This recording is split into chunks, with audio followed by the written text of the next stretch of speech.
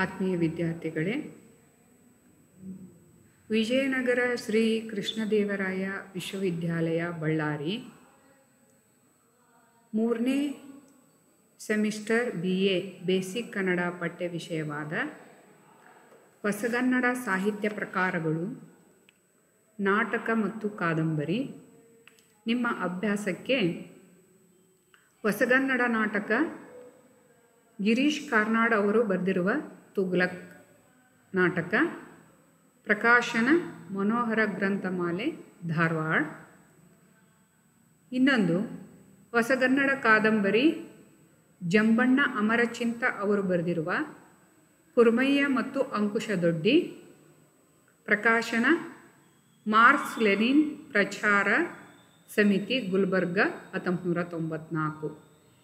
ಇವೆರಡು ನಿಮ್ಮ BA 3ನೇ ಸೆಮಿಸ್ಟರ್ನ ಬೇಸಿಕ್ ಕನ್ನಡ ಪಠ್ಯ ವಿಷಯ. ಇದಕ್ಕೆ ಸಂಬಂಧಿಸಿದ ಪರಾಮರ್ಶನ ಗ್ರಂಥಗಳು: ಹೊಸಗನ್ನಡ ಸಾಹಿತ್ಯ ಚರಿತ್ರೆ ಪ್ರೊಫೆಸರ್ LS ಶೇಷಗಿರಿ ರಾವ್, ಕನ್ನಡ ಕಥನ ಸಾಹಿತ್ಯ GS ಅಮರೂರ್, ಕನ್ನಡ ಕಾದಂಬರಿ ಸಾಹಿತ್ಯ ಡಾಕ್ಟರ್ GS ಅಮೂರ್, ಆಧುನಿಕ ಕನ್ನಡ ನಾಟಕ ಡಾಕ್ಟರ್ K ಮರಳುಸಿದ್ದಪ್ಪ, ಆಧುನಿಕ ಕನ್ನಡ ಸಾಹಿತ್ಯ ರೂಪಗಳು ಡಾಕ್ಟರ್ ವೀರಣ್ಣ ರಾಜೂರ್, ಅಮರಚಿಂತ ಡಾಕ್ಟರ್ ಅಮರೇಶ್ ನುಗ್ಡೋಣಿ ಮತ್ತು ಮಹಾಂತೇಶ್ ಮಸ್ಕೆ. ನಮ್ಮ ಕನ್ನಡ ಸಾಹಿತ್ಯವನ್ನು ತೆಗೆದುಕೊಂಡಾಗ 10ರಿಂದ 12ನೇ ಶತಮಾನದವರೆಗೂ ನಾವು ಸಾಹಿತ್ಯವನ್ನು ವಿಭಾಗವನ್ನು ಮಾಡ್ಕೊತೀವಿ. ಈ ನಮ್ಮ ಕನ್ನಡ ಸಾಹಿತ್ಯಕ್ಕೆ ಪ್ರಮುಖವಾಗಿ 4 ಪ್ರಕಾರದ ವಿಭಾಗ ಕ್ರಮಗಳನ್ನು ನಾವು ಕಾಣಬಹುದಾಗಿದೆ.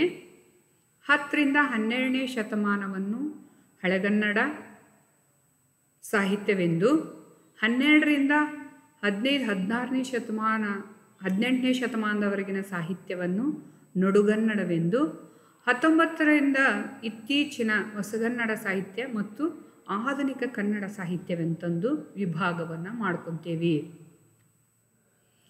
ಈ ಆಧುನಿಕ ಕನ್ನಡ ಸಾಹಿತ್ಯ ಚರಿತ್ರೆಯಲ್ಲಿ ಮತ್ತೆ ನಾವು ವಿಭಾಗಗಳನ್ನು ನೋಡ್ತೇವೆ.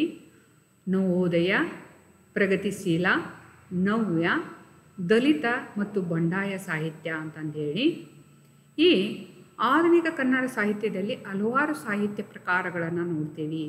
ಕಾವ್ಯ, ಕತೆ, ಕಾದಂಬರಿ, ನಾಟಕ, ಪ್ರವಾಸ ಕಥನ, ಅಂಕಣ ಬರಹ, ವಿಮರ್ಶೆ, ಈ ರೀತಿ ಹಲವಾರು ಪ್ರಕಾರಗಳನ್ನು ನೋಡ್ತೇವೆ.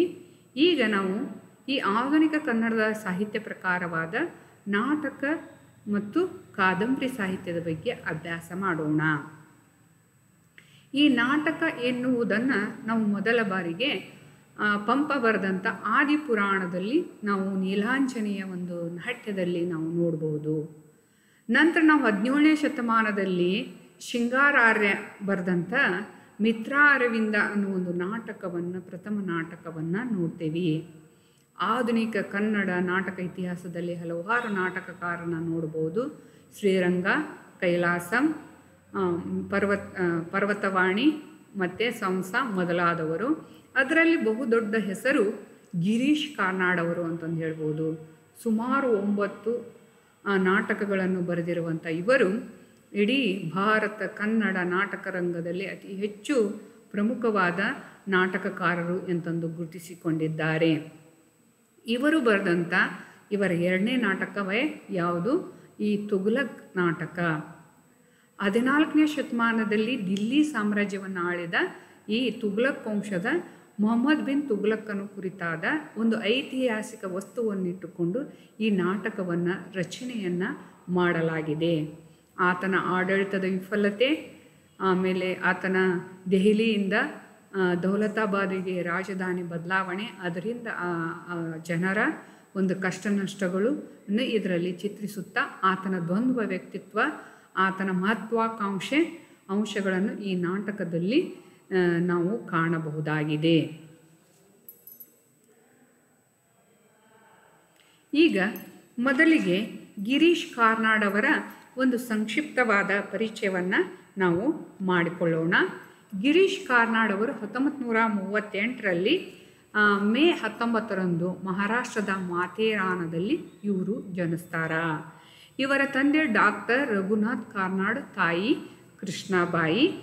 ಇವರು ತಮ್ಮ ಪ್ರಾಥಮಿಕ ಮತ್ತು ಮಾಧ್ಯಮಿಕ ವಿದ್ಯಾಭ್ಯಾಸವನ್ನು ಸಿರಿಸಿಯಲ್ಲಿ ಇವರೇನು ಮಾಡ್ತಾರ, ಪೂರೈಸ್ತಾರ. 1963ರಲ್ಲಿ BA ಪದವಿಯನ್ನು ಕರ್ನಾಟಕ ವಿಶ್ವವಿದ್ಯಾಲಯ ಧಾರವಾಡದಿಂದ ಪಡಿತಾರ. ಇವರು ಹೆಚ್ಚಿನ ವಿದ್ಯಾಭ್ಯಾಸಕ್ಕಾಗಿ ಇಂಗ್ಲೆಂಡಿನ ಆಕ್ಸ್ಫರ್ಡ್ ವಿಶ್ವವಿದ್ಯಾಲಯದಿಂದ MA ಗಣಿತಶಾಸ್ತ್ರವನ್ನು ಸ್ನಾತಕೋತ್ತರ ಪದವಿಯನ್ನು ಇವರೇನು ಮಾಡ್ತಾರ, ಪಡಿತಾರ. 1974ರಿಂದ 75ರಲ್ಲಿ ಪೂನಾದ ಫಿಲ್ಮ್ ಇನ್ಸ್ಟಿಟ್ಯೂಟ್ನಲ್ಲಿ ಇವರು ನಿರ್ದೇಶಕರಾಗಿ ಸೇವೆಯನ್ನು ಸಲ್ಲಿಸ್ತಾರ. ಇದಲ್ಲದೆ ಕರ್ನಾಟಕ ನಾಟಕ ಅಕಾಡೆಮಿ ಅಧ್ಯಕ್ಷರಾಗಿಯೂ ಇವರು 1976ರಿಂದ 78ರವರೆಗೂ ಸೇವೆಯನ್ನು ಸಲ್ಲಿಸ್ತಾರ. ನಂತರ 1987ರಲ್ಲಿ ಚಿಕಾಗೋ ವಿಶ್ವವಿದ್ಯಾಲಯದಲ್ಲಿ ಸಂದರ್ಶಕ ಪ್ರಾಧ್ಯಾಪಕರಾಗಿ ಕೂಡ ಇವರು ಸೇವೆಯನ್ನು ಸಲ್ಲಿಸ್ತಾರ. 1988ರಿಂದ 1993ರವರೆಗೆ ಕೇಂದ್ರ ಸಂಗೀತ ಅಕಾಡೆಮಿಯ ಅಧ್ಯಕ್ಷರಾಗಿ ಇವರು ಸೇವೆಯನ್ನು ಸಲ್ಲಿಸಿದ್ದಾರೆ. ಇವರು ಹಲವಾರು ನಾಟಕಗಳನ್ನು ರಚನೆಯನ್ನು ಮಾಡಿದ್ದಾರೆ. ಅವು ಯಾವುವು ಅನ್ನೋದನ್ನು ನೋಡೋಣ. ನಾಟಕ ಮೊದಲನೇದಾಗಿ ಯಯಾತಿಯನ್ನು ಇವರು ಬರೀತಾರೆ 1961ರಲ್ಲಿ.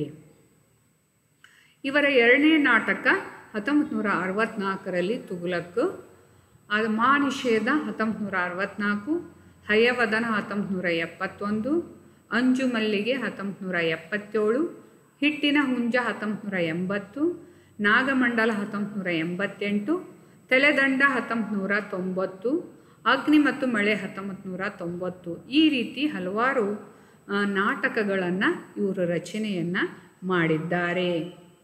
ಇವರಿಗೆ ಸಂದ ಪ್ರಶಸ್ತಿ ಪುರಸ್ಕಾರಗಳು: 1974ರಲ್ಲಿ ಇವರಿಗೆ ಪದ್ಮಶ್ರೀ ಪ್ರಶಸ್ತಿ ದೊರೆತಿದೆ. 1970ರಲ್ಲಿ ರಾಜ್ಯೋತ್ಸವ ಪ್ರಶಸ್ತಿ ದೊರಕಿದೆ. 1992ರಲ್ಲಿ ಪದ್ಮಭೂಷಣ ಪ್ರಶಸ್ತಿ ದೊರಕಿದೆ.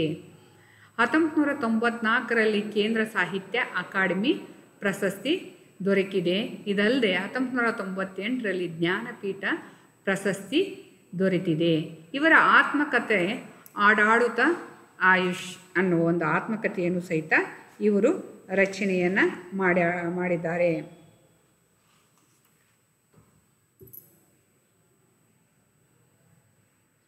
ಈ ತುಘಲಕ್ ನಾಟಕದಲ್ಲಿ ಬರುವ ಪಾತ್ರಗಳು: ಸುಲ್ತಾನ್ ಮೊಹಮ್ಮದ್ ಬಿನ್ ತುಘಲಕ್, ಇಲ್ಲಿ ಪ್ರಮುಖ ಪಾತ್ರವಾಗಿ ಸುಲ್ತಾನ್ ಒಂದು ಪ್ರಮುಖ ಪಾತ್ರ. ಇಡೀ ಈತನ ಆಳ್ವಿಕೆ, ಈತನ ತೆಗೆದುಕೊಂಡ ನಿರ್ಧಾರಗಳು ಎಲ್ಲವೂ ಈತನಲ್ಲಿ ಬರುವಂಥ ಒಂದು ವಿಷಯ ಅಂತ ಹೇಳ್ಬೋದು. ಇನ್ನು ಅಜೀಜ್, ಈತನಿಗೆ ಪೋಷಕವಾಗಿ ಈತನ ಪ್ರತಿಬಿಂಬದಂತೆ ಬರುವ ಅಜೀಜ್ ಅಂದರೆ ಸುಲ್ತಾನ ಕೈಗೊಳ್ಳುವ ಏನು ಆಡಳಿತಾತ್ಮಕ ಪ್ರಯೋಗಗಳನ್ನು ಯಾವ ರೀತಿ ಮಧ್ಯವರ್ತಿಯಾಗಿ ಕಬಳಿಸ್ತಾನ ಅನ್ನೋದು ಈ ಅಜೀಜ್. ಈತ ಸುಲ್ತಾನನ ಪ್ರತಿಬಿಂಬದಂತೆ ಬರ್ತಾನ. ಈತೊಬ್ಬ ಶಿಖಾನಾರದ ಅಗಸ. ಆಜಮ್, ಈತ ದಿಲ್ಲಿಯಲ್ಲಿರುವಂಥ ಒಬ್ಬ ಬೀದಿಗಳ್ಳ. ಇನ್ನು ಸುಲ್ತಾನನಿಗೆ ಒಂದು ತಾಯಿ, ಇಲ್ಲಿ ಮಲತಾಯಿ ಬರ್ತಾಳೆ. ಇನ್ನು ಸುಲ್ತಾನನ ಮಂತ್ರಿ ಆದಂಥ ಮೊಹಮ್ಮದ್ ನಜೀಬ್ ಅಂದರೆ ಸುಲ್ತಾನನ ವಜೀರ ಅಥವಾ ಮಂತ್ರಿ. ಇನ್ನು ಜಜಾಉದ್ದೀನ್ ಬರ್ನಿ, ಈತ ಒಂದು ತುಘಲಕ್ಕನ ದರ್ಬಾರಿನಲ್ಲಿರುವಂಥ ಒಬ್ಬ ಇತಿಹಾಸಕಾರ. ಇನ್ನು ಶೇಖ್ ಇಮಾಮುದ್ದೀನ್, ಈತೊಬ್ಬ ಧರ್ಮಗುರು, ಸಿಂಧ್ ಪ್ರಾಂತದ ಒಬ್ಬ ಧರ್ಮಗುರು. ಶಿಹಾಬುದ್ದೀನ್, ಈತೊಬ್ಬ ಸಂಪನ್ ಶಹರದ ಅಮೀರನ ಮಗ. ಇನ್ನು ರತನ್ ಸಿಂಗ್ ಅವನ ಸಂಗಡಿಗ. ಶೇಖ್ ಶಂಶುದ್ದೀನ್ ಇನ್ನೊಬ್ಬ ಧರ್ಮಗುರು. ಗಿಯಾಸುದ್ದೀನ್ ಖಲೀಫರ ವಂಶಜ, ಈತನು ಒಬ್ಬ ಧರ್ಮಗುರು ಆಗಿ ಇಲ್ಲಿ ಬರ್ತಾನ. ಇದಲ್ಲದೆ ನಾಟಕದ ಇತರ ಪಾತ್ರಗಳು: ಹಿಂದೂ ಸ್ತ್ರೀ, ಕಾಫೀರ್, ದೌಲತಾಬಾದಿನಲ್ಲಿ ಇರುವ ಇಬ್ಬರು ಕಾವಲುಗಾರರು, ಅಮೀರರು, ಸಯ್ಯದರು ಅಲ್ಲದೆ ಪೌರರು ಈ ನಾಟಕದಲ್ಲಿ ಬರ್ತಾರೆ. ಈ ರೀತಿ ಐತಿಹಾಸಿಕ ವಸ್ತುವನ್ನು ಒಳಗೊಂಡ ಈ ನಾಟಕ ಪ್ರಸ್ತುತವಾಗಿಯೂ ಸಹಿತ ನಮಗೆ ಎಷ್ಟು ಮಹತ್ವ ಅನ್ನೋದನ್ನು ಈ ನಾಟಕ ತಿಳಿಸುತ್ತಾ ಹೋಗುತ್ತದೆ. ಈ ನಾಟಕದ ಮೊದಲನೇ ದೃಶ್ಯವನ್ನು ನಾಳೆಯ ತರಗತಿಯಲ್ಲಿ ತಿಳ್ಕೊಳ್ಳೋಣ. ಧನ್ಯವಾದಗಳು.